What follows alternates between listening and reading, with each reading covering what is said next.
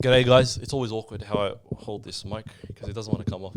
It's not worth it. But anyway, welcome back to another Fair Dinkum episode. In today's episode, we had myself, Ali and Ashraf, just a lads chat episode. We miss our boy Seuss. Right now, he's currently a wayfarer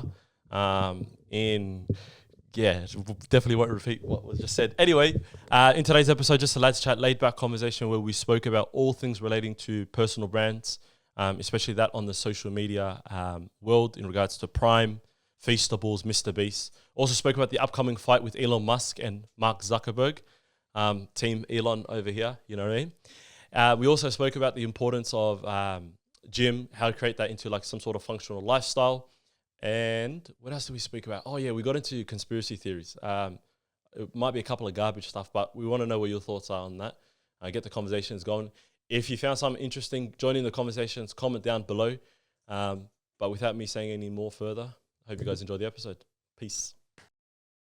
Look, it was a bit of a funny. Go for it. I don't know. Okay.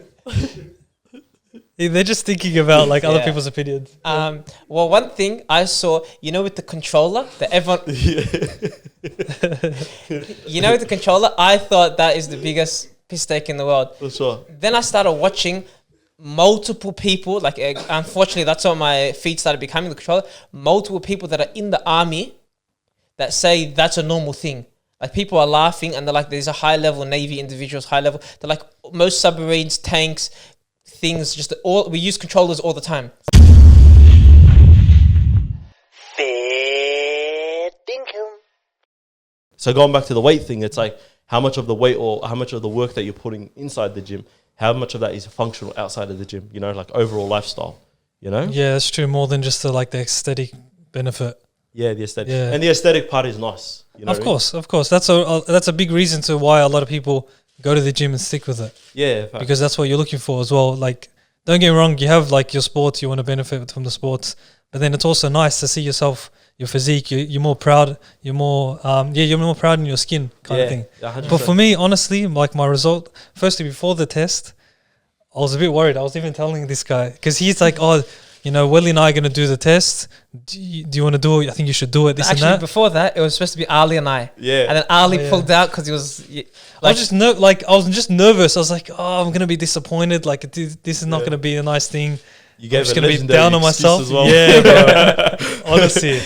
But then I was like, you know what? I'll just do it because, why not? It's Coach Amal's going out of her way to give us this opportunity. Why not just take it? Not many people get the opportunity.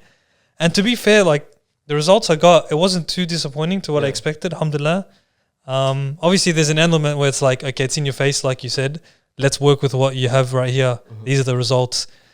You're not lying to yourself now. But I think it's great where that now it's like, this is my starting point. You have a better idea because, a lot of us can just assume at the gym, okay, I might be this % body fat. I might have this much muscle because, you look at yourself, but... sometimes that can be a bit of biased opinion as well. Yeah. Thinking you have more weight than more muscle than you actually have, or less body fat than you actually have. So when it's actual results, it's it's not lying at all. Numbers, yeah. I think honestly. As well, it's the scale. We keep looking at the scale. Like for example, you're 75 kilos, and you're like, damn, I want to get lower. But then when you look at this, you're like, hey, I want to drop my body fat, but then I want to increase my muscle, or I might need to drop this. And then you start understanding what the scale actually is. Because yesterday I went to the GP and I organized the blood test. So I said, okay, I'm going to get it done.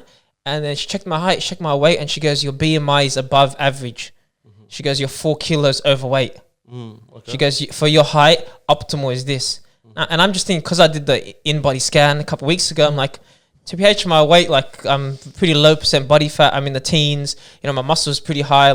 Everything looked good. There's just a couple of things I can tweak, but the GP just went straight height, weight, and put me in a category. Yeah. But the in-body scan breaks it down. It's like, hey, your muscle is close to optimal. Your body fat isn't excessive. Then you're like, hey, the generic things that you find on a website isn't actually the correct metrics. But when you look at this, you're like, hey, my floor is upper body stronger than my lower body, or right stronger than my left, and it's like that kind of thing. Yeah. Actually breaks it down because you can't just Google BMI and be like, I'm out of my category. I'm overweight for my height. Yeah. And that'll make you even more depressed than you actually were. 100%. 100%. even from like a body dysmorphia thing as well. That's like the other nice thing as well. You know how like people suffer from body dysmorphia, you know, and that's like a natural type of thing. Even since like the last month, as I've been going like super consistent on a regular like weekly basis, you get this like natural body dysmorphia, you know? So like, for example, when you first start out, you're like, okay, bang, let me smash it out. Then 4 weeks in, you make massive gains, yeah? And then in 4 weeks, you look at yourself in the mirror or something like that, the way you're doing workout, you realize, nah, I'm a little small, man. I'm still small. But then after you compare yourself to like when you're starting at like the first 4 weeks and you're like way bigger than then, you know? And that gives you some sort of like that push. I don't know if you guys get that same thing. Is it because, do you think, I'm asking you, it's because we get these massive results, or not massive, but visible results, and then 3-4 weeks in, we're expecting to get similar results, and you expect your body to transition so quickly, and then it's like, where's my ideal body? It's been a month already. I'll be going hard. Where is it? Like that's what I go through for sure, bro. And it starts to think to yourself, you start to think to yourself like, am I even doing enough? What else? What am I doing wrong? This and that. Mine is more, how do I say? It's like more like I'm not content regardless, you know? Yeah. Where it's like you go and it's like the ideal goal you set out in 4 weeks' time, your mindset would have changed. And then after you would have been exposed to like different types of things. And once you're in that gym environment, then you see people that are bigger than you or this and that, you know? And then after you go, okay, cool, I want to get to like that sort of like next level. And thank God that mentality exists, you know? You can use, I guess, body dysmorphia to like your advantage because that can motivate you. Because I know one thing is once I see a nice little cut or once I see a nice little like a bicep vein or something along those lines, bro, I get complacent. I'm not even gonna lie to you. You know? Really? Yeah, I get super Because you've gotten what you want. Oh, okay. Yeah, because if I go aesthetically, if I look at myself in the mirror, then I look decent. So then after I'm gonna be confident walking outside the gym. You know what I mean? And then after people will be complimenting me, like not that people compliment me, but you might get a compliment or two and they're going to be like, oh, this guy's a regular gym. And me in the back, I'm laughing because I'm hitting like one session a week type of thing. Yeah. But then I guess then later on it becomes like that you versus you that Ashraf was initially saying, you know, instead of comparing what the objectives of those outside of the gym are saying, it's like, where do you want to be type of thing, you know? Yeah. It's like even like the bench press is like another perfect example. It's an easy thing to track. You know, you start out, boom. And then, like, I remember when I initially started out for 2 years. So the number one reason I'd say, like, I'd be lacking off in the gym for, like, the last 2 years is that shoulder, like, thing that I was struggling with, you know? Because obviously that's such an important part of your upper body. It relies, your biceps, your arms are going to rely on it. Your back is going to rely on it. Your chest is going to rely on it. So it's, like, very functional, you know? So every time I'd hit it, I'd go consistently. Then I'd get impinged again. You know what I mean? I'll get a bit of tightness or stiffness. And then I'd fall back 2 steps, you know? So now, then obviously I had to humble myself during that process where I'd be like, okay, cool. Now let's just focus on that mobility. There was periods, bro, I'd come in. You remember that 19-year-old kid, or was he 16 the other day? 16, yeah. Yeah, that was he tried hitting 80 kilos on the gym, on the bench press. Yeah.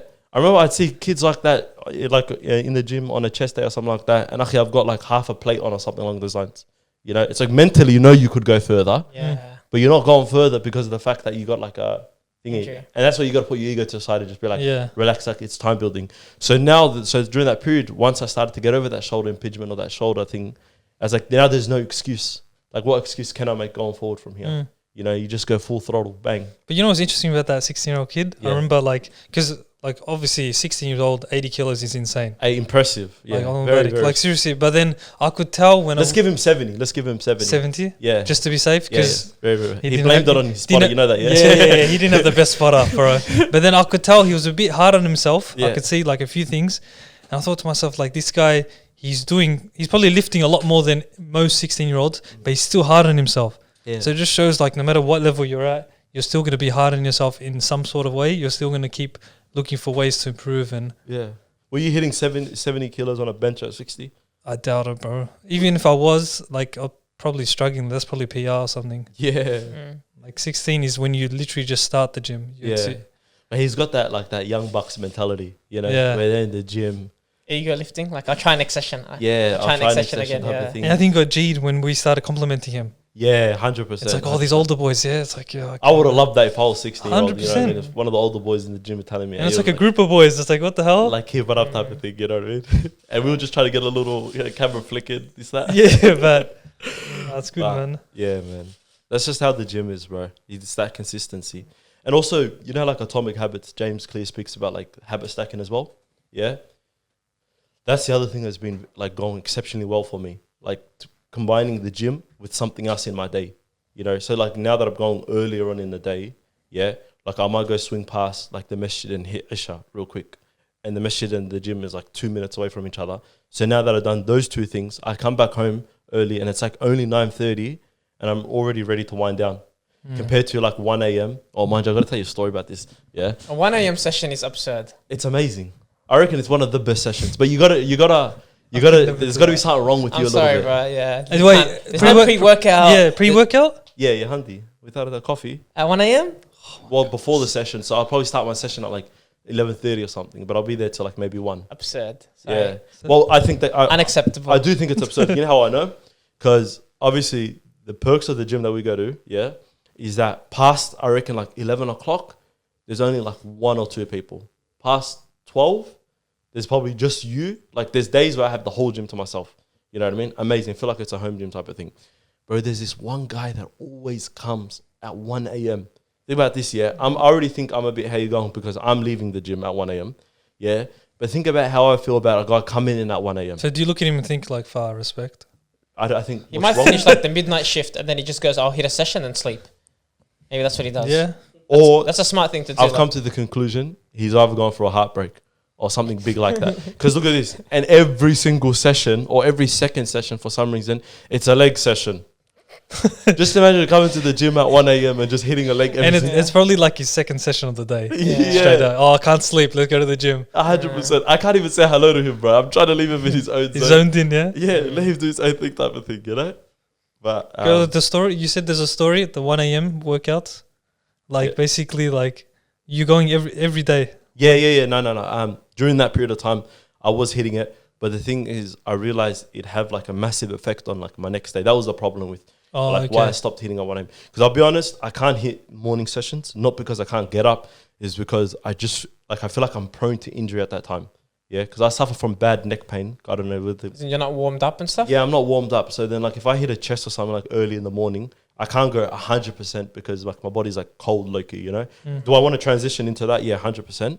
But like it's too early to hit in the morning. So I always hit like straight after work type of thing, you know? Look, you could warm up properly, but the only thing is the Time that it takes. Yeah, working out before work, you're always thinking, oh, damn, I got to go to work. Like, I only got an hour 15. And then you're working out, you're like, I only got half an hour left. Yeah. So some people like at night because they're like, if I take an extra 20 minutes, it's not going to kill me. Yeah. But in the morning, if you take an extra 20 minutes, you're late for work. Yeah. So it's a sometimes an ugly feeling because you want to enjoy being in the moment, lifting or whatever you're doing. You're going for a run, not thinking about the clock. For sure. Obviously, you can get up early and stuff, but there's so many different factors that happen. But you can't deny the fact that, you know, when you're on a time limit, you hit better sessions compared to when you feel like you got the whole night to yourself.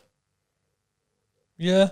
Well, if you have it all like set out in terms of what you know what you're doing, then I agree. Yeah. Yeah, without a doubt. Compared to like now, like you might take 5-minute rest breaks or something along. On your phone. Should I hit even this workout? And then you change and completely go off what you came into the gym doing, you know? Where it's like a cool, this amount of gym. And that's kind of nice why you go during peak time as well. Because peak time, if you like get caught lacking on that, what do you call it? I don't know, leg press or something along those lines, someone else is going to be wanting to use it afterwards. You know, so you can't be like lacking onto it. So it's, you got that intensity. And usually when someone asks you, oh, like how many you got left, how many sets, and then you tell them, and then they're waiting in the background, you're kind of more conscious of the time compared to if you're by yourself. I took big boy Ahmed to industrial. Yeah. He's in love with the gym. Serious? You guys don't even use Snapchat, but he does this Snapchat thing where he just, I don't know, Ahmed is in a lane of his own. You know what I mean? Like he's just, Allahumma barik, he's just in a lane of his own. Anyway, like his ability just to talk to random people, like, bro, he would be on Eid day wearing his Eid khamis or something along those lines, and he would go into his same Eid fitting that he's got into the gym and just hit a workout with sandals. You know what I mean? And not caring, like he's a different definition of not caring what people think, you know? Anyway, so I took him to industrial one day because I wanted to show him, because he wanted to show me Deramet, but I'm like, I don't really want to see Deramet. Like, I have no fascination for it. So I was like, let me come show you my gym. So he comes, whatever, cool. And he goes, I'm not even going to hit a session like that. I just want to do like my 15-minute like calisthenics and then just bang out type of thing, because he's got like different type of style of training, yeah? All I see him is the work just walks off and I go, he's gone. He pulls out the phone, he's on Snapchat, he's just interviewing people, yeah? Interviewing people? In the gym, yeah, 100%. Asking what? just random questions. Was like, what's their type of training? This is that. And then in the middle of my session, because I was hitting chest that day, in the middle of my session, I just take a break. I hop on Snapchat, I look, and I see Snapchat updates. So now I'm watching his Snapchat. Mind you, he's like 10 meters away. Yeah. And guess who he interviewed? Yeah, you know the big bloke. What's his name? Who's the owner of the gym? He's not the owner. The trainer, Ben. Yeah, Ben. He interviewed Ben. You know what I mean? And then I'm Ben's just like, a big boy, man. Yeah, he's a big boy, and he's a fighter too. Yeah. You know, we should probably get him on an episode one day, maybe. I follow him on Insta. Yeah. Does like strongman comps. Oh wow, Yeah. I didn't know that. He does everything. Anyway, he's interviewing Ben or something along those spots, and I'm thinking, Ahmed, man, they're in the middle of a BJJ session right now, like, because they do BJJ there. Well, in the middle of a session, he comes in to interview someone. Yeah, and I think what happened, what happened is Ben's thinking, what's this guy in like, because Ahmed wears a turban, yeah? He's thinking, what's this guy in a turban, like low-key, like a Nigerian, Indonesian fit, you know, don't walk around the gym just taking like... And he's not a regular face. It's not a regular face, like what's this guy going? So obviously he asked him questions, and Ahmed just swilled him in, got him asking his questions. And honestly, like, it was good for the gym because he's like low-key, like, promoting a type of thing. Yeah. Ahmed was so sold on the gym, yeah? What you won't be surprised if now there's like 10 other Somalis or something like that. Yeah, it's true. Word gets around, bro. Like, yeah, the word gets around to the gym type of thing, you know? So... yeah, Ahmed's interesting, man. Well, and he's going to be in the good books with that with Ben. Yeah, because he's promoting his gym and that. Should we swing the episode? Yeah, let's chat about. You wanted to chat about Twitter, yeah? It's been going a bit. Yeah, what's happening with Twitter? Because I'm a bit confused, bro. You're making some comments with the boys like, have you went over your 600 limit or something? What's that? You've seen Ahmed, yeah? Yeah, I love Ahmed. I'm not on Twitter. Hop on the episode with me here. What was I going to say? Because Elon Musk. Yeah, first of all, he's running a muck. He's a goat, yeah. Before we talk about Twitter for a second, have you seen him with, what's his name, Zuckerberg? The fight? Yeah. Is it official? Not, there's a lot of agreement that has to be made before it, but there's a lot of talk about it. I saw Zuckerberg on Lex Friedman talking about fighting and how much he enjoys it. It's something that you could see happen. Yeah, 100%. You know like Dana White spoke about it, you know? Do you know who was training with yesterday? Who? GSP. Zuckerberg? Yeah, no, Elon, I think it was... Who was it? Was it Zuckerberg? Elon Musk going to train with Tate. Was it Elon training? Was that thingy GSP? Yeah, Tate's teeing him up. If Tate trains with Elon Musk, that'll be like a deadly combo. Bro. That'll be just hilarious. Bro, and like all these memes that are coming out on like Twitter and all this kind of stuff. So like Twitter, ever since Elon Musk got it, if you're a parody account, like if you're like impersonating someone else, you have to make it known that like you're a parody account because you can buy the verification badge on like Twitter, you know? Anyway, so all these parody accounts would come, and then after they just start coming for Zuckerberg on like the Twitter platform and all this kind of stuff. I saw one legendary one the other day, bro. Like I was absolutely dying, you know. I think I sent it in the group chat.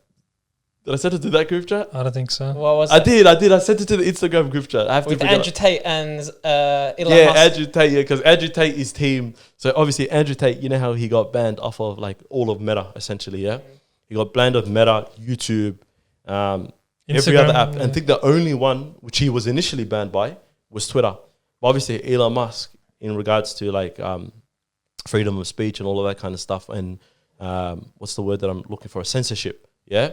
He's against what he called censorship. He brought Andrew Tate back. He brought Jordan Peterson and all those guys, Donald Trump, whatnot. Anyway, so now he's been loving like Elon Musk is his like go-to guy type of thing. So obviously when they announced their fight, he puts out a tweet. He goes, "Let me train you, this, that. You know, we'll beat these guys." I was just dying. That would be sick to see, honestly. Yeah, I need to see content. Like even Zuckerberg, GSP, it's like there's so much that can happen, man. You can imagine the amount of people reaching out to both of them now. Oh, I help you deal with this. Like anyone in the world, everyone. Literally, they can choose. Yeah. And plus, once you have money, you can do anything in the world if you really want to. You know, like this guy bought Twitter for fun. You know what I mean? And now, like the other day, like I think they blocked Twitter for like, they didn't block it, but there was troubles with Twitter server for like 12 hours, so people couldn't access it properly. And after that, they announced like a new thing, and it was like overnight. No one expected this, where there's only a certain amount of tweets that you can read in a day. So on, but why? The whole. No, not even that. There's the not being able to be on your phone. But then there's also, like, obviously with the rise of, like, AI, ChatGPT and OpenAI and all these kind of, like, AI platforms, they don't want to, something along the lines, they don't want it to be stealing the Twitter forums and all that kind of stuff. And the other thing is the spread of misinformation. So he doesn't want to spread misinformation. So obviously now that you can't consume, I don't know how that works type of thing. But the thing that I don't get most is how they can make such a big decision like that and implement it like overnight. You know, I think Elon Musk is that kind of guy. He doesn't delay things. Seems like Elon Musk, just knowing his personality, he's like, if I want to get like firing people, Yeah. did it take 6 months to decide who to fire? For sure. And Andrew Schultz was speaking about this on his podcast as well on Flagrant. Though I think it was the one with PBD as well. He was speaking about how like Elon Musk is like the best CEO you could have like for your company, because you know how you got like your CEOs who don't know nothing about what's going on in their company. You know what I mean? Whereas Elon Musk is there inside the house, literally building that house with you, while he literally owns the house type of thing. So any sort of feedback that he gets, obviously he's going to be try to implement or something like that. And he's probably one of the biggest trolls in the world. You know what I mean? You got your guys like Gideon, Loaf, and all of these like people on YouTube. He is the biggest like troll that's possible type of thing, you know? But I think the good thing about that is also, you know how like with screen time and stuff, like there's some guys obviously we know who are on Twitter and they read it like it's like an absolute newspaper. Yeah. So obviously once you hit like 600 tweets a day, or 10,000 if you're verified and stuff, it will block you from like accessing Twitter essentially. Like it'll lock you out type of thing, like jail time type. Isn't 600 a lot anyway? Like, no, have you reached that limit yet? I haven't had time to in my day. I find 600 a lot. I think they took it away. It's not happening anymore. What, already within a day? It was a trial run? Yeah. Yeah, it was a trial run. A lot of people didn't like it and they took it out. I think it's tough that there's different levels. Like you get 600, someone else gets 10,000. It's actually smart if you think about it, because ever since Elon Musk, bought the account or whatever, obviously now it's censorship and everyone can say whatever they want. The number one thing that's fueling Twitter as a platform, as a business or whatever, is like its advertisement space. You know what I mean? And if certain businesses don't want to be on a platform where like they say certain things about, I don't know, black people or gays or like Muslims or something along those lines, obviously they want to be associated, so they're going to pull it out. So obviously Twitter's going to be losing money from that. So what ends up happening is if you can read 10,000 tweets per day, what ends up happening is Twitter becomes a paid service rather than Facebook and Instagram where you can just make an account and go on it. I believe Elon Musk's personality is he doesn't believe in rules. Like he sets the rules and he'll just say suck it up. So you could see maybe it's a trial run, Allah Alam what's going to happen in the future, but he would just say this is how Twitter's going to be run. And you know, bad luck, because it doesn't matter how many people hate or make comments about it. He likes to make the final call. Yeah, he does. So I could see him doing that, you know. And like you said, but he's a troll. Like he'll literally do things for like a month and then just be like, "Yeah, I'll take it back." That was for banter. Yeah, I wouldn't be surprised if there's more trial runs that he makes up on the spot. And it's like 24 hours or something. Yeah, it's pretty crazy. That's still there. It's not even off it. I saw Elon Musk talk about the idea of people working from home. What's his thoughts on it? Like he was just so against it. Why? Because he goes, the idea that you want to achieve all your dreams, like when people say like I have all these dreams, but I want a 4-day work week, and then I want to work from home as well. So like he's saying, you have all these high goals and high aspirations, but you're not willing to put in the work. So what do? You look for the easy way out. So he's someone that goes 70, 80 hours a week over a long period of time will achieve all your goals, whatever it is, PayPal, SpaceX, Tesla, whatever your goal is, you can achieve it. So he goes, I hear people saying they have all these goals, but they don't want to work 5 days, they want to work 4 days. They want to work from home. They're looking for all these ways to make life easier, but to achieve your goals, it's the easy path isn't going to get you there. So that's more about what it is. 'Cause how many things has this guy achieved? And he just keeps achieving more things. Like, and now he's got Twitter. Like, it's just a big name after big name. Why he's willing to put in the work, and everyone else that he sees complaining or wanting the same things aren't willing to put in the work. So you're just saying, as a young person, put in the hard work, and that's what that's the way to achieve your goals. Do you reckon it's also like because it's become so normal now working from home, we're always looking for the next thing that could be more convenient, where it's like, for example, if no one was working at home, people would say, oh, if I could work from home, I'll work even harder, I'll do even more. Or now people are saying, if I work only 4 days, I'll work even harder, so I'll be able to achieve my goals, blah, blah, blah. Do you think that's like an excuse people are kind of using, where like they're always looking for the thing to make it a bit more convenient, a bit more easier? Yeah, I think from a personal standpoint, like for personal like endeavors and whatnot, yes, they're trying to make it easier for themselves, because no one at the end of the day,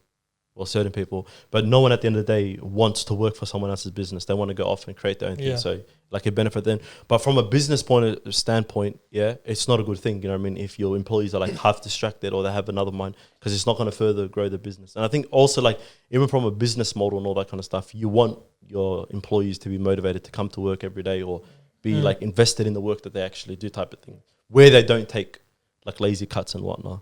You're a business lad, you can probably... Yeah, I think it's just two mindsets what people have. He's Elon Musk, Patrick Bet-David, Joe Rogan or whatever. A lot of these guys are pushing the idea. It's like work hard, work long, and be patient, and that's what you achieve. And then some other people like Tim Ferriss, like work smart, work the least amount of hours for the right amount of money. Like for example, you say you need to make $1,000 a week. The least amount of hours you can do to achieve that is what you should be doing. Find a job that makes you work 25 hours a week to make 1,000 instead of 50 hours, you know? Yeah. So it's different mindsets on how to achieve your goals, but you can't have the highest aspirations and think I'm going to just, you know, not work hard to achieve it. So that's where they're like, oh, I want to own Twitter, but I want to work 20 hours a week and do it. It's like, unfortunately, unless you're, you know. Naval's in that category of those Tim Ferriss guys as well. Because also PBD, he also said... he said something, I remember I was listening to on the drive home and I was thinking like, what the hell? Where he goes, if you're in your youth and you have all this like free time and whatnot, in your early years of your life, you should never be at home. You know what I mean? In the sense that you should be out there seeking some sort of opportunity because there's nothing that actually comes from being at home. I guess maybe from the social media aspect and all that kind of stuff. But being at home the whole time limits you from your outer world like access and people beyond your, I guess... Yeah. Like you're outside your environment, essentially. I think what the difference is, the people like Naval, Tim Ferriss, who are trying to say work smart, try to do as much as you can, they're trying to find the balance in life. And they're trying to also be happy along the journey.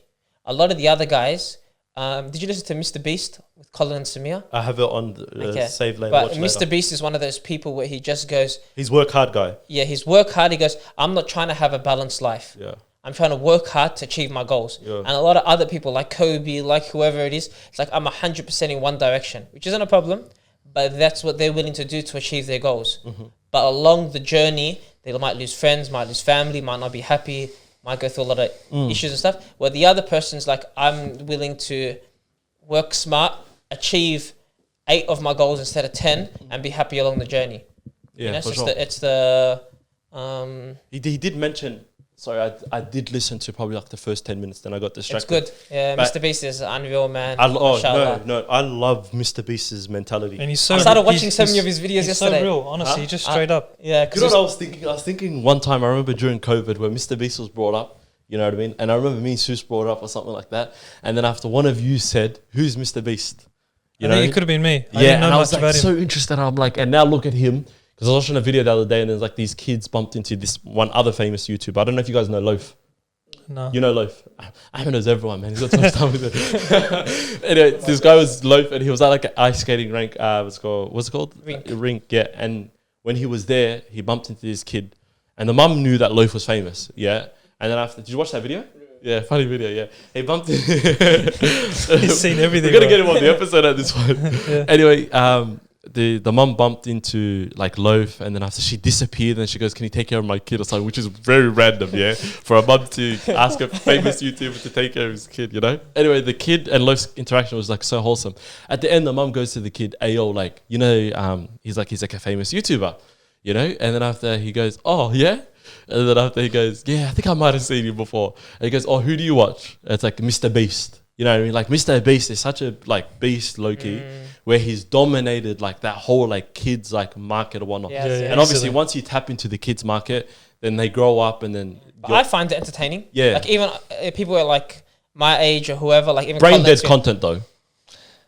It's more entertainment. Yeah. If you can entertainment as brain dead content, like it's more like just leisure thing. Like you're just watching it to not benefit, but you're just watching it just as a leisure thing. Yeah. That's what all of his videos are. That's what a lot of TV shows are, comedy TV shows. It's more like you just go to enjoy it. It's also like outside the box, like type of entertainment that you don't expect. Yeah. And he's in like a category of his own because who else is going to rent out like a $50 million yacht and get Tom Brady on? Was it $1 billion? Was there a $1 billion one? Yeah, I think so. No. But Tom Brady wasn't on the $1 billion one. I was half a billion? It was a $500 million The $500 million one. The Tom Brady was on. It's like, come on. How do you get Tom Brady, bro? Because his content, if Yeah. that concept is low-key very simple, you know, if you think about But it. you gotta have Yeah. the money for it. That's the thing. So Yeah. who's got the money? So Yeah. he's dominated that sort of like. It's things what people like dream for, but never get the chance to even do. And this guy just does it the next Also, day. he puts if he has the money, he uses it for his videos. There's probably a lot of other people that have the money, but they're not going to do it. For it's like sure. he spoke about on the podcast, the idea of sponsorships on his videos. Okay. So he's 150 million subs on his English speaking account, all of them maybe 300 million. Yeah. So if he's going to make a video, a lot of his videos are 150 million plus views. So who is going to spend the amount it's worth to get 150 million people to watch it? He goes, I think it's like 2 or 1.5 times the Super Bowl. People are watching that one video. So he goes, a lot of companies, I go up to them and like, okay, this is the cost. And they're like, that's 6 months of advertising. Yeah. That's advertising for half the year. We can't spend it on one video. So he goes, what am I supposed to do? Yeah. So a lot of times that happens, and it's like, damn, that's how big he is, Yeah. and no one's on that level. There's a lot of people that are like, Wait, so he gets denied. He can't get sponsorship sometimes because they can't low-key afford. him. His That's base why he rates. goes, I started Feastables. He started this chocolate brand Yeah. because no one could afford the sponsorship amount. Well, not no one, but it's very difficult. And it's like, Yeah. damn, you know? And that's the new era of what do you call it, YouTubers and whatnot. Because YouTubers were just what content creators that were just on the internet type of thing. Yeah. Casey Neistat speaks about this when he was on, whether it was like Andrew, I think it was the Andrew Schultz podcast or something like that, where he goes, "Oh, I just wish I got onto that whole like that brand concept where something that lives beyond you. You know, like you got KSI and Logan that got Prime, and then he's got Feastables. Bro, first of all, Prime, Ahmed probably saw it now as well. Barcelona? Like, come on, bro. Yeah. How do you reach out to arguably the biggest club in the whole world? In a whole complete different market. Another country. Like- They got Arsenal. Huh. Yeah, they got Yeah, like I felt like getting a London club was, well, look, it was random. No one expected even like the connection with a football club, but getting a club in London was like kind of inevitable, like the opportunities. But to get a club that's a different language, one of the best in the world. If you can get Barca, who else? Exactly. Who Yeah. can't you get? Yeah. You can literally go to any team and be like, Barca signed with us. They're like, okay, we should. Yeah. We're stupid if we don't. Hang on a sec. You guys are not subscribed. I think you guys, before you start the video, make sure you subscribe, turn off the notification bell, and enjoy the rest of the video. getting what? UFC fighters, which two? Yeah, the UFC, yeah. Yeah. Adesanya, and then they got a baseball team, the LA Dodgers. Yeah. As their prime sponsor. Like, I wouldn't be surprised in the future if they buy like a sporting club. Yeah, yeah. I And wouldn't they'll be surprised. owners, Yeah. but But they'll going be back- co-owners. But going back to the Barcelona thing, I'll tell you why the Barcelona thing is crazy, yeah? Because there's so much overlap between the American and the UK like market, you know what I mean? Like a lot of the people that you might know in America, you probably know in the UK and all that kind of stuff. Like we know it coming from Australia, who's down there in regards to the market and all that. But then when you go into the Spanish community, who don't even speak English, that's a whole new level, bro. Yeah, You know what I mean? exactly. It's like, it's low key what MrBeast is doing when he goes and like translates his stuff into Portuguese or Spanish or like the Indian community. Remember when he mentioned like the whole Indian community, like they're the number one consumers of YouTube. Yeah. You know, like the English community don't even like compete with them when it comes to 100%. consuming YouTube content. Same thing with the Spanish people and all that. It's like now it's like It's like now they're in the Spanish world. yeah, Like they just tapped into the Spanish world, which is massive, arguably just as big as the English world. It's like, who And knows how what do the you beat future holds. Gatorade Powerade? Like that's just been the brand for so long. yeah. And then it's like even just getting into the market. It's like there's certain markets that people say you can't get into. Yeah. Like for example, Tesla. When Tesla started, you're starting a car company in the early 2000s when General Motors and this company have been around for 100 years. Like, you know, Ford. It's like, okay, you can't compete with these guys. Tesla comes in, runs the market and takes over. Yeah. And then MrBeast. Have they taken over? Well, yeah, like if you look at market share, like even getting that percentage, like electric cars, they made electric cars what they are now. And Yeah. obviously companies are now slowly making their own electric cars. That's true. He started the trend. Everyone knows Tesla. Yeah. Like the market share, for example, even if it's in the 10, 15%, that's a lot. Yeah. For Exactly. companies that have been there from 1870 Yeah. and you're coming 130 years later to get 13% market share, crazy. Yeah. And then like Feastables, the same thing with chocolates. Yeah. Like he said, Walmart sell $4 billion worth of chocolate each year. Yeah. Like to get into that market, like it's like, okay, 20% Snickers, 20% Mars, 20% Hershey's. And then it's like, how you even compete with that? I saw like a pie chart of, I think you guys might know what I'm referencing, like a pie chart of all the major companies that own the smaller companies that we know about. You know, so it's like when you mention like Hershey's, Snickers, Mars bars, they're all and Cadbury or something like that. They're all owned by, I don't know, Coca-Cola. Yeah. And the Coca-Cola is all owned by, and so technically a lot of the stuff that we consume nowadays is actually only owned by like 4 companies or something along those lines. That's you know? insane. So that's what makes it even harder, because then you've got an individual that comes. He's not an individual. Obviously, he's working with investors and whatnot. But like an individual that comes and taps into a market share that consists of 10 different named companies or named brands that's technically owned by like one major company. They're all subsidiaries to them at the end of the day. Yeah. That's what makes it like even more impressive. I think we're moving in a direction where it's like, it's the person behind the brand. Yeah. I was You know? literally going to say that. Yeah, just only So because in sports, one thing we're seeing now is a lot of coaches are ex-players, because it's the brand that comes with it. Like, for example, you see a team, Team X, and then you say the manager's name, and it'll be like there's a story behind it. It's like this ex-player is now coaching this team. So there's like a hype. People are like, yeah, I want to see the Liverpool legend or the Arsenal legend coach well. Yeah. It's like, so a lot of times people are now, they study their whole life to be a manager. They're the perfect person for the job. But the storyline of an ex-player is going to get you over the boat. Yeah. 100%. Like, that guy has been coaching for 3 years, but because he understands the locker room Yeah. and he understands the culture, he's been in the Premier League or whatever league for 10, 15 years. It's like, that's what's going to get you there. And same thing in basketball. Like, how many GMs now and owners or scouting people are just ex-players? Prime example, JJ Redick. JJ Redick, what was it? There was just, I think this season alone, at the end, like at the conclusion of the season, there was, I think, 4 head coach spots, like notable ones, which became vacant, obviously, because they all just got fired, you know what I mean? Because that became a thing in the NBA. And I'm trying to think, which one was it? Was it the Suns or was it... no, it wasn't Boston. Definitely the Suns was in the mix, but it was the 76ers.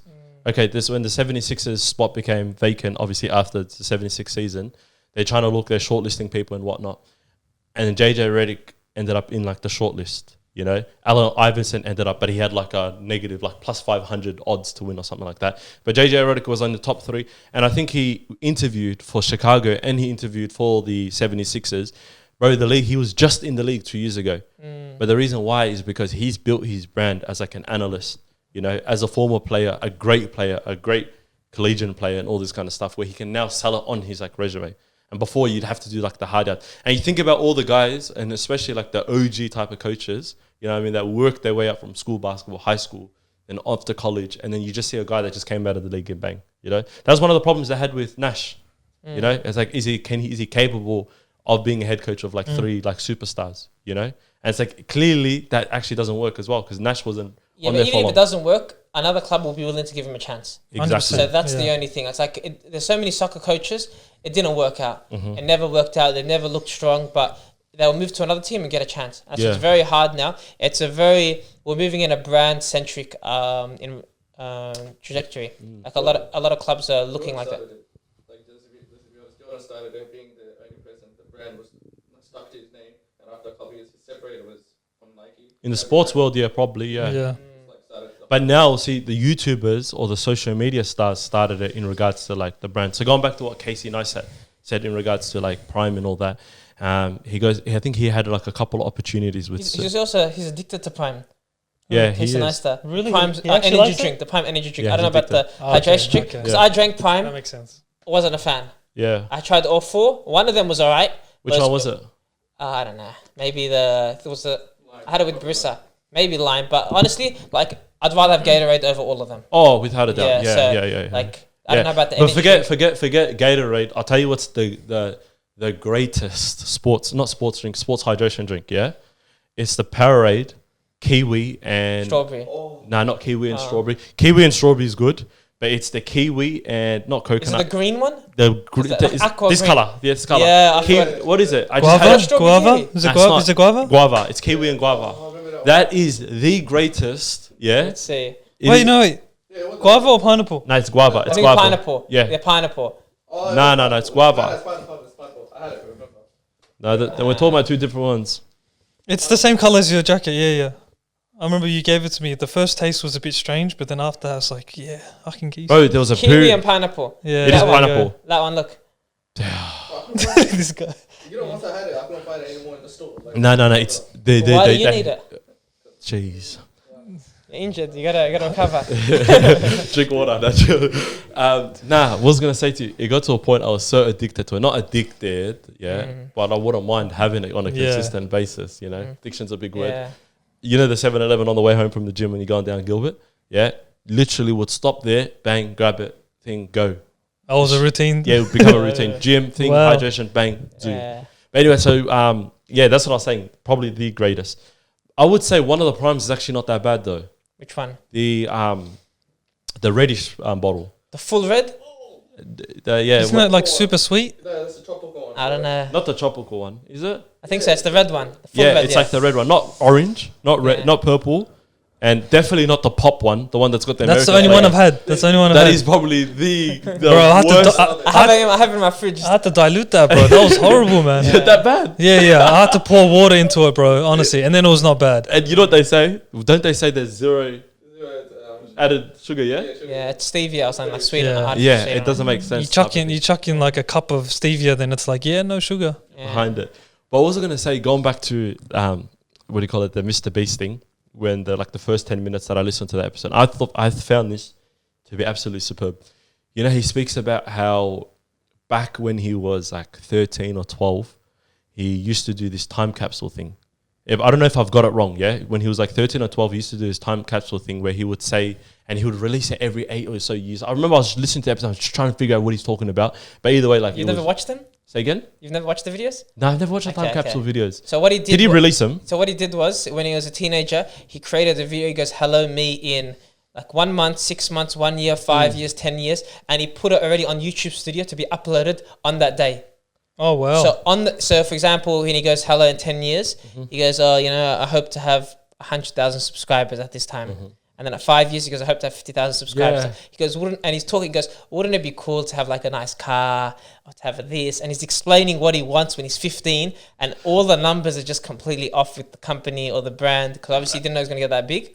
He killed it. He did way better. He goes, I have so many of those, like maybe 25 years, 30 years, who knows? Yeah. But we don't know what's going to happen. Yeah. So he hasn't told anyone. So they're the ones he hasn't released. 10 years comes out in a couple of years, I think. Okay. But he's released it It's on YouTube Studio waiting to get released. Yeah. Upload. It's already there, like the projected date. I found that. I was like, bro, I got to do something like this as well. Yeah. Honestly, that's a great idea. Like, even just a personal thing. Honestly. But then if it's not projected, it just goes back into your photo library. And then you forget about it. So if it'll be nice, like if there's a projected email, you get an email in 5 years. Yeah. I don't know if you have the same email, but you know what I mean? Like that would be cool. Then it's like, what's this email? Oh, me 5 years ago made a video. It has to come back to you on that date. Yeah. Do you guys believe in the law of attraction? I believe in like the law of hard work.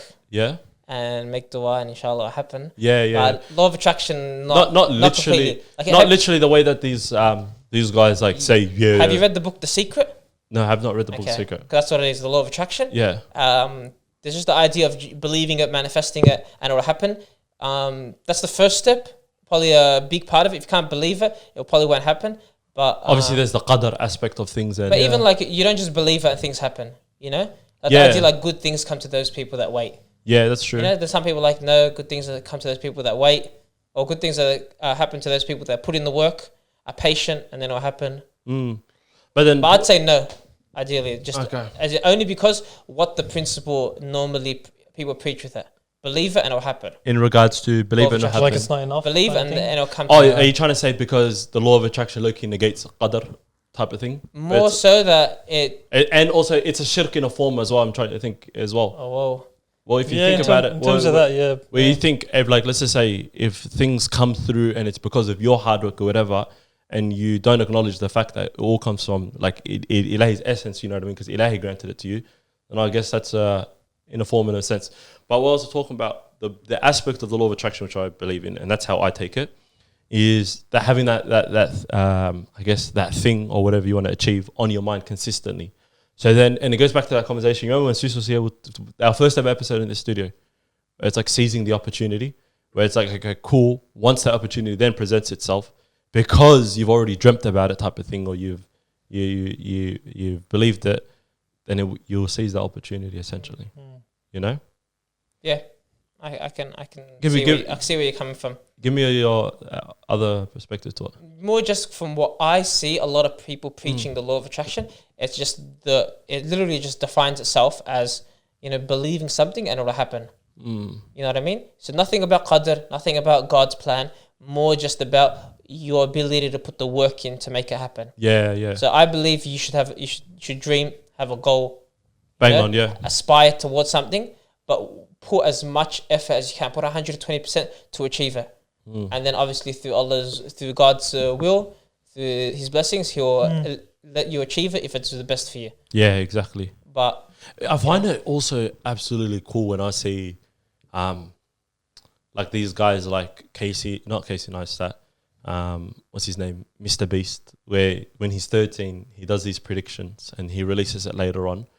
Or like when champions are born through championships, or like on the grand stage, and then you can see the work that they done back then. Like another cool thing that I saw the other day is, like, I don't know if you guys saw after Denver won the championship, that photo that went viral of Jokic. He was wearing a Denver t-shirt back in Serbia. You see that photo? no So it was like, I wouldn't say 25 years ago. Probably bloke wasn't been alive for 25 years ago. But let's just say 15 years ago or something, when he was a kid, like literally a kid. Let's just say in the mountains of Serbia, this bloke is wearing a Denver. that is so random. Like Denver, was it a jersey or was it a t-shirt? I'm pretty sure it was just like a... But what are the chances of Denver, yeah? What are the chances of Denver, a small market team that no one cares about? Yeah. It's got Serbia. high altitude. And then on top of that as well, like their biggest name star that you can probably think of in like the recent times is probably like a Carmelo Anthony type of thing, you know? And then on top of that, now that it goes circles, and then he becomes the guy, full circle moment, that goes and wins the championship and brings the championship to the city for the first time. That's insane. Those type of videos I love, bro. 100%. Yeah, and those photos type of thing. Because there's even like videos I see. So when teams finally win like championships, they go back to the videos of like their first interview, for example, like signing to a club, and then 3 years down the line, they finally got that championship or that title, and then they show what their aspirations to why they came to the club, and then then obviously in between all that is the hard work, but then it's just that level of appreciation. And also it's inspiring to see that this is what they set out for, even though it's a massive goal, but it takes a long time and a lot of patience with the hard work, and then you actually get there. It's just like phenomenal. Yeah, you put it into it. You got to dream big. That's one thing. You know, we're talking about like documentaries and stuff with Netflix. It's a common attribute to all these like big stars, you know. Whether it's like the two big documentaries that have come out recently, the Conor McGregor one, and the Arnold one. That's just titled like Arnold. I'm pretty sure he has a previous documentary on Netflix, but the Arnold, Salah put me onto that one. Okay. You know, and it was just like sending it on Snapchat, and then after, like I was dissing it at first, and then he goes, nah, he actually speaks about all other aspects of life other than just like the gym. Because you think of Arnold, you think of Mr. Olympia. You know what I mean? Yeah. And then he would speak about back when he was like in Austria in his young days, and he would be dreaming, like literally dreaming about going to like America. Okay. And then his first goal initially was obviously to become like Mr. Olympia. And then post after that. Hey, by the way, before I continue this point, Ahmed, can you make sure the audio levels are good? There's no echo? No. Okay, cool. I realized that in the last couple of episodes. And then he speaks about after he completed that goal, then he's on to the next thing. You know, so he killed Mr. Universe. Yeah, and obviously straight after that, then he wanted to become an actor. He was getting small roles and all this kind of stuff. Then he wanted to break to the big stages where he wanted to go into like Hollywood. Instead of being an actor, he wanted to be the lead guy. You know, and you know the thing I found so cool? A random bloke in Austria who wasn't even loved by like his own father type of thing, who set out, put himself in like an uncomfortable situation, goes to America, and then there's just like one quote, you know the quote where he goes, "I'll be back." Yeah? You know that's the number one most quoted line in like motion TV or whatever they call it. Really? Like in history, like in TV history. And he speaks about it in the documentary. They actually speak about it as like, oh, how did that end up becoming like the number one line type of thing? He goes, okay, so there's the writer and then there's Arnold. Yeah. So Arnold, one of the things that made him like attractive or whatnot in the eyes of the movie world was because he had that like that killer mentality. He was like a robot. And that's what he would say when he was doing his bodybuilding thing, where he goes, oh, I would just want to be a robot the whole time. Yeah. That's what he would just say. So then when they had Terminator, the casting for the Terminator, they were trying to find someone between like someone that's like a killer and a robot. And in the documentary, they speak about how there was 2 options. SubhanAllah. You know who the 2 options were? What? There was O.J. Simpson, yeah, and then after there was Arnold. One of them was actually Loki the killer. Yeah, it was that's O.J. Simpson. That's all But cool. Arnold was more like fit for the role, like as the Terminator. So anyway, so they're shooting that one scene where he goes into like the police station and whatnot, and they were trying to figure out the best way to say the line. So Arnold goes up to the writer and he goes to him, "Hey, instead of saying I'll be back, I think it's best if we say I will be back because it sounds more robot-like, you know." No. So he goes, because I think that just sounds a bit better, you know. And then after the writer goes to him, "No, let's say I'll be back because it sounds more like robot-like, you know." And then after he goes, "I just disagreed with him, man. Like I just couldn't see it, you know." Anyway, he just stuck with the line, "I'll be back." Later on, most viral line in like motion history. I was thinking, I was like, that's like Yeah. Wow. absolutely wild, you know. The director was pissed, the writer was pissed off, like, piss off, bro. This is what I wanted to say. Yeah, let me do my job and you do your job type of thing. No way. Have you watched the doco? I saw the tweets, what are the film tweets? Okay. Quite, Yeah. But it's crazy to think, like you're saying, like his level of dreaming coming from Austria, wanting to not only become Mr. Olympia, that in itself is hard to dream for people to do that. Then to actually like want to be in Hollywood. So these 2 like random like dreams that don't even correlate in any way, but that's just what he wants to do. He's like, I'm going to make it possible. I don't know how, it just is. Yeah. You know, he had a political career after as well. Really? Yeah. So he did, was actually one of the. So because in America you have to be born in America to become the president, and he wasn't born in America; he was born in Austria. But he was one of the, because he was the governor of a state, and he California. So he was they were pushing for the idea that he should be the first president to be not born in America. But obviously, it's an idea that they didn't go. It's not agreed upon. It's not something you can do. But if he was born in America, he probably would have become the president too. Wow. Like that's how much the entire country was behind him. Yeah, he was a big guy type of thing. Yeah. Yeah. They loved him as well, Yeah. you know. SubhanAllah. Arnold's on like from the worldly aspect type of things. He's on a whole different level. He's a machine, man. Yeah. Put his mind to it and he said, bet. And that's why it becomes like inspiring from that aspect. You know, it's like if we put our mind to what we want to do, then how far could you go with it? Yeah. You know? I think it seems to be less common to start dreaming big. I don't know, like how you guys feel about that, but I certainly feel that, like, you know, having conversations with people at work, having conversations with people at my soccer club or wherever, it doesn't seem that common to dream big. And if you do dream big, they'll kind of think, yeah, you're just thinking like that sounds like rubbish. I don't know what you're trying to do, like, and they kind of just belittle the, you know, the big dreams and that. What do you guys think of that? Yeah, 100%. I just feel like not everyone's on the same wavelength. Mm. You know, those people you got to stay away from. It just shows the importance of like keeping that team or keeping that core of like actually having these beliefs and kind of what's the word, like supporting those beliefs and those dreams. And some people take it to a whole new level, like just with like insanity. You know the Joe Rogan quote when he goes like whatever insanity and what's called geniusness are like next door neighbors and they borrow each other's sugar. Yeah, it's like that same thing. It's like you got you guys like Kanye type of thing when he rocks into. You seen the doco when he rocks into the Rockefeller Studios and he just starts spitting bars, bang, one for one. And the girl's looking at him, like the receptionist. He did because he obviously didn't go into Jay-Z's studio. Looking at him and he goes, man, this guy, guys, you know what I mean? Like, just respect yourself, this type of thing, you know? Couple of years down the line, 5 years type of thing. This is like Kanye household name type of thing, you know? It's like, I feel like there's levels to it in the sense that you got people that dream big, yeah? Then you got people that dream big and are like driven and insane by it. It drives them like insane type of thing, you know? Who was it? Andrew Tate was talking about how like, he goes, books are, you might have to bleep this out. He goes, books are yeah. And then I was just like, what the hell is this guy talking about? He goes, and someone asked like, why type of thing. He goes, books are for pussies because me, yeah, I put in actual action. There's nothing books are actually going to teach you without action. He's got a point. You know what I mean? You can read all the books in the world. You can look up to all these Kanye's, these Genghis Khans and bloody MrBeast and all that. But if there's no action type of thing behind it, then it's just big ideas. I think in regards to dreaming big, I think there's it's a muscle that you can get trained, and especially us at our age. A lot of our childhood and our family scenario has raised us to what we are, and then now we're getting the last couple of years the external influence where our friends have a big impact, what we consume has a big impact. And I feel like a lot of people didn't grow up like when you're, for example, under the age of 8, you can tell kids, what do you want to be when you're older? I want to be an astronaut. Oh my God, that's amazing. Be an astronaut. I want to be the best doctor in the world. Yeah.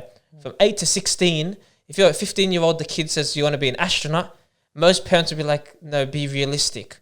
You know, oh, I want to be the best doctor, but you're getting C's at school. Be realistic. I want to be a soccer player. Be realistic. So you get pushed, for example, under the age of 8, the idea that dream and do whatever you want. And then for the next 10 years, you get taught, be realistic. No, your ATAR is going to be from this. You can only do this. You can't study that at uni.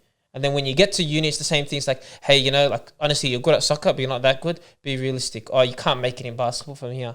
So you get trained to not dream big. And then now it's our job to help the people around us, help ourselves to rewire that to dream big. Break the mold. Yeah, because honestly, it's a muscle. You can't really... Some people don't want to dream big. They're happy. They're content in what they are. And if they're content, that's on them. Like, that's actually a blessing. For the other people, it's, you know, it's our job to try to help them, you know. And then naturally, like subconsciously, they think that's the norm and the way you think. And then when they do hear other people about, you know, thinking outside the box, then they find it a bit weird. But then only once you start to hear people say these things outside your box, then it's like, okay, that's actually possible. Oh, wait, I can actually do this. You know, maybe towards it, like this is the plan towards to get to that spot. And I think with dreaming big, not everyone is built to change the world. Like changing the world, like the amount of effort and work and sacrifice you have to do. It's one of those people listing before MrBeast, Elon Musk. These people that are, you know, on that level. But rather, it's more important if people can write down what would make them the best version of themselves. So dream big in that sense, just on an individual level. And then do their best to achieve it. For example, they want to, you know, learn a language, they want to become happy, they want to travel, they want to, you know, raise kids, whatever it is. That's more where people should dream big, because the idea that you ask someone's like, what's your dreams? And they're like, I just want to have kids and be happy at home.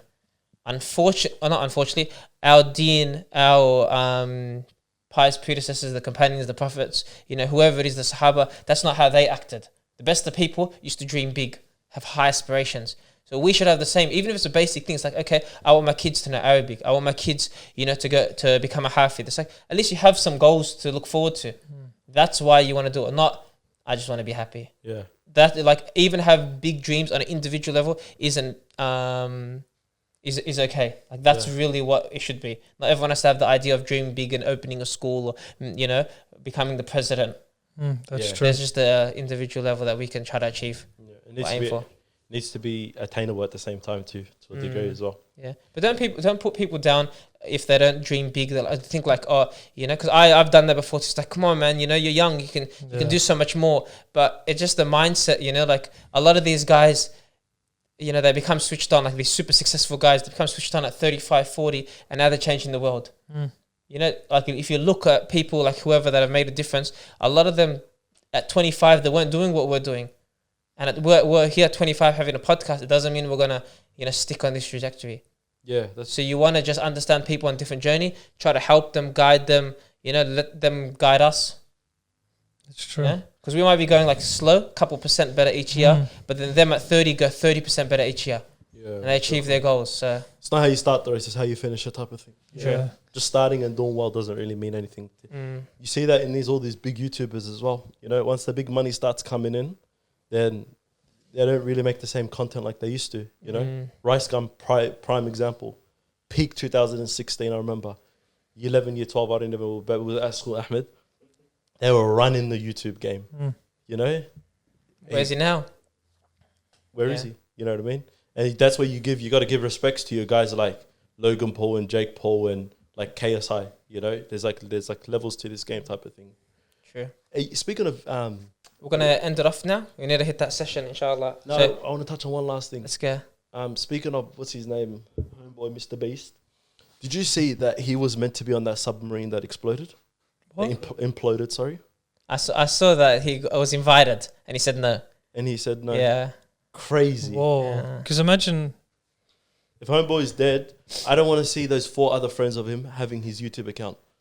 I don't. No, I don't think it that. would be possible. No, they do. Mr. Mr. Beast says if I pass away, all 4 of my friends put their hand on my coffin. Whoever takes their hand off last gets all my channels. YouTube channels. Okay, that's insane. That would be number 1 in YouTube straight away. But imagine after that video, the future of that channel. Yeah, like in terms of the level of entertainment and who's the main face of that channel, it's like. Yeah. Wow, that's insane. That would be. But I can't believe he got invited. Yeah, like, and he said no. I can't believe he got invited. By the way, can I ask quick, because we haven't spoken about this on the podcast, and it was like the situation happened almost a week and a half ago or something. Do you guys have any opinions, reservations on that whole submarine thing? Look, it was a bit of a. Funny. Go for it. Oh, no, okay. They're just thinking about like other people's opinions. Well, one thing I saw, with the controller, that everyone, with the controller, I thought that is the biggest mistake in the world. For sure. Then I started watching multiple people, like unfortunately that's what my feed started becoming, the controller, multiple people that are in the army that say that's a normal thing.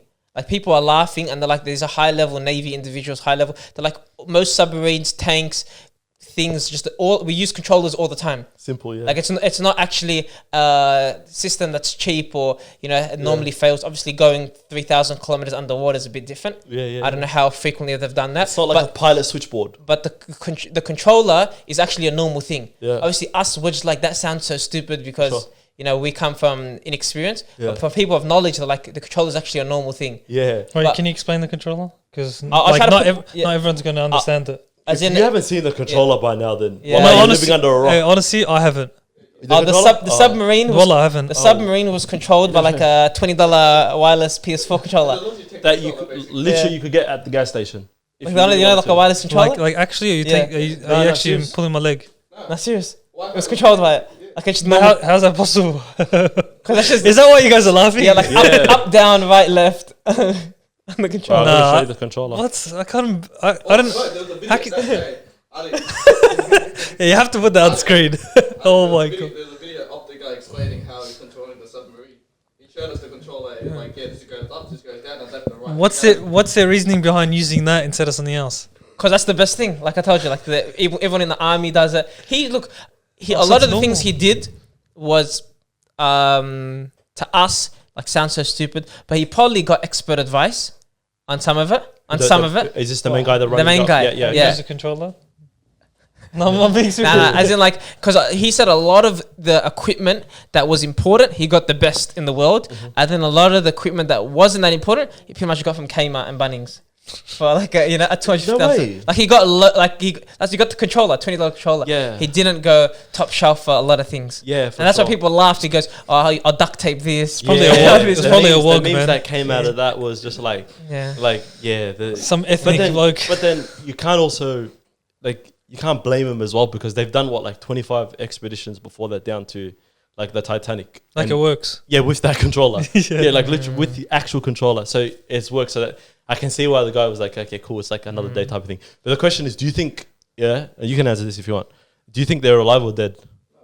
You reckon they're dead? But apparently exploded. And they found the Yeah, I know that. Yeah, I know you imploded. But there's conspiracies. Yeah, there's conspiracy. There's Apparently, like maybe there's like Has it come out? the owners because it was billionaires inside. Is it on The Simpsons or no? yeah, Oh, it was like on it The was- Simpsons. Or like There they you fake their death. They faked their death. They Oh. So one of the Okay, conspiracies. so the conspiracy is it that they still went underwater Mhm. and then that imploded and did they go down to the Titanic or they just never went? So they would have staged them. I haven't even seen footage of them entering the submarine or whatever. Yeah. Okay. Not that I've seen everything. So yeah, there's probably might be footage out there, but that was one of the things where, and mind you, quickly before I go down this like conspiracy conversation, I think the submarine is probably, in regards to the conspiracy theory hierarchies, probably on the complete bottom. You know what I mean? All Of these importance? like not even of importance. I think it's obviously the dumbest one. You know what I mean? Like you can go and argue the pyramids and you can put them on a Graham. How about that Hancock. the royal family are lizards? I would believe that before I believe that. You know what I mean? That's a big conspiracy. The actual lizard. Yeah. Google it. Wallah. Okay. But you're gonna have to explain that one a little Next, finish submarine. bit. Yeah, let me let this one. Yeah. So then after one of the things is, so everyone on that obviously submarine had to pay $250,000 just to go onto the submarine. and there was like what 4 people plus a kid, if I'm not wrong.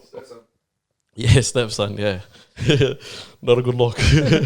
Anyway, so there was those 4. So obviously they had money and all that. One guy was a billionaire. One of the guys he went to the moon, or not to the moon. He went to space with Jeff Bezos recently when they did that. It's called Space Expedition or whatever.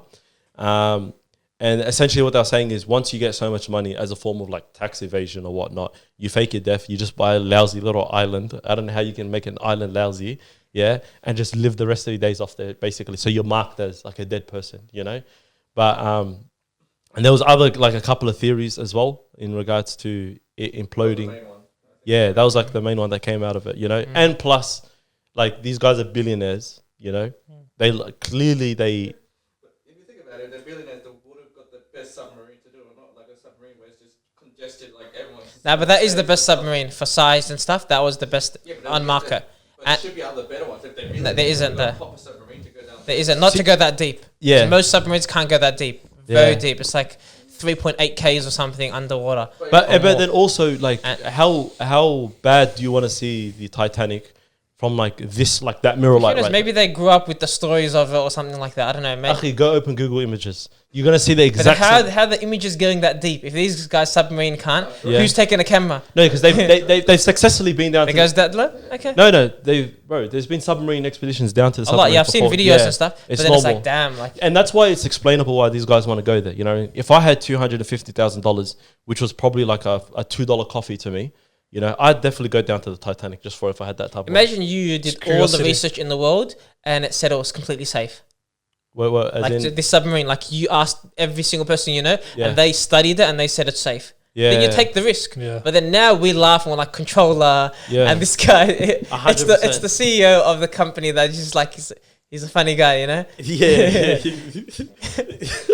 Sounds like something Elon Musk would do. Yeah. And then they were showing like the inside of like the submarine. How like, bro, TikTok that day was probably one of the funniest days on like. Bro, there's this one guy from the UK. I know Ahmed's definitely seen him because he's got all my references today.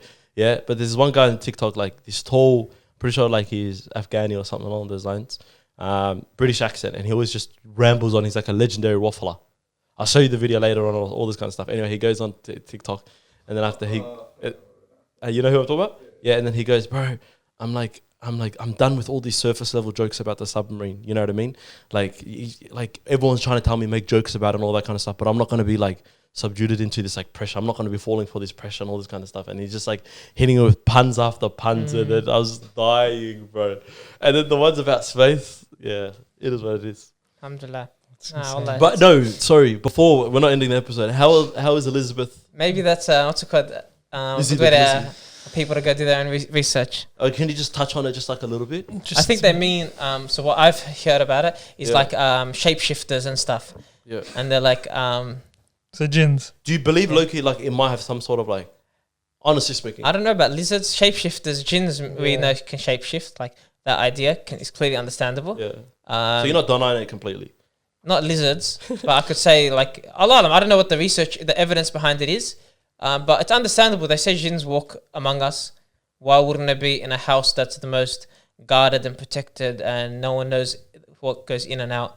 Yeah. It's a very easy thing to do. You don't see them most of the day. Yeah. Like it'd be worse if I thought the guy at Macca's is a jinn. Like, come on, bro, do something better with your time. Yeah. You know? Like, But why to would have all the power, Yeah. pretty much for hundreds of years, like it's logical. But maybe we'll do some research. We'll get some conspiracy guys on. you should do a conspiracy episode. With a guest? We'll get one of That the w- boys. that We'll would get be one of the interesting. boys maybe that's like very gullible or something like that. There's one guy from Perth that I wanted to get on. Yeah. He's a free dive. He's not he's a scuba diver. Sorry. Oh, my And guy. he went and he did research because in 1536 Yeah. the Spanish were traveling to go explore land, and a ship with lots of money there was a what's it called went missing off the coast of WA, pretty far off. So this guy spent like 5, 6, 7 years looking for it, and then he actually ended up finding the ship, found all of the gold coins and stuff like that, came back, spoke about it, and the WA took it off him and put it in the museum, Wow. and he got no money out of it. Wow. Yeah, and it's like, but his research to go find it, I'm pretty sure it was on Joe Rogan, or he was speaking about Joe Rogan, and it's like, damn. Is Like, this Graham Hancock? nah, relax. It's Oh, okay. Graham Hancock scuba diving. Yeah, he's Scuba? scuba diver. Serious? Yeah, him and his Indian wife are scuba divers, or his wife Pakistani. Whatever. No, Did you watch his him? wife- Did you watch him on Flagrant or did you watch him on? I don't know. I think it was Rogan or Fragrant. Yeah. Whatever. I was like halfway through like I haven't listened to Flagrant. I've listened to Joe Rogan. Yeah, but he speaks about one thing which makes a lot of sense as well. What's this? And it also relates back to what you just said there a little bit, and he goes, a lot of civilizations, as we know, like require, like the basis of a civilization is water. Essentially, you need to have some sort of access to water. And he was talking about like a lot of the flack that he got from like his Netflix documentary and whatnot, about a lot of the things we don't know about previous civilizations. The reason why we don't know about them is because a lot of them are underwater, you know, because of floodings and all of that kind of stuff. You know, like old cities going underwater and all that. And I was just thinking, bro, this geezer, bro, he gave me the biggest G up in the world. You know, because I haven't touched my scuba diver license. I haven't been scuba diving in a long time. But just imagine just going for a quick dive, and then you're looking at like some ancient, I don't know, Neptune-looking civilization. You know? Yeah. Would you guys get your scuba diver license? No? Nah. Definitely Right not. now, no. Guys, yeah, that's the end of the episode. let's put Teddy's reference. No chance whatsoever? Nah, inshallah, In the one future. day. I'd Yeah. like to. Yeah, Yeah, I'd like to one day. Like if I go Great Barrier Reef, it's logical for sure. to make the most of it. But I'm not that fast. Like it's not like I'm cool. Like I'm not You're not Khaled gonna get Osman a. You're not gonna or get a G up. Legendary. Yeah. Yeah, I wouldn't exactly. flex it. Yeah. I'd definitely flex it. But you know what I would do with? I'm thinking of my scuba dive license, starting some sort of like a secret society. You and Salah? Where you guys meet underwater? Power Rangers. Yalla. Okay, let's end it here, boys. Jazakallah khairan, everyone, for listening. I hope you guys enjoyed the episode. Remember to like, comment, and subscribe. And we'll see you next week.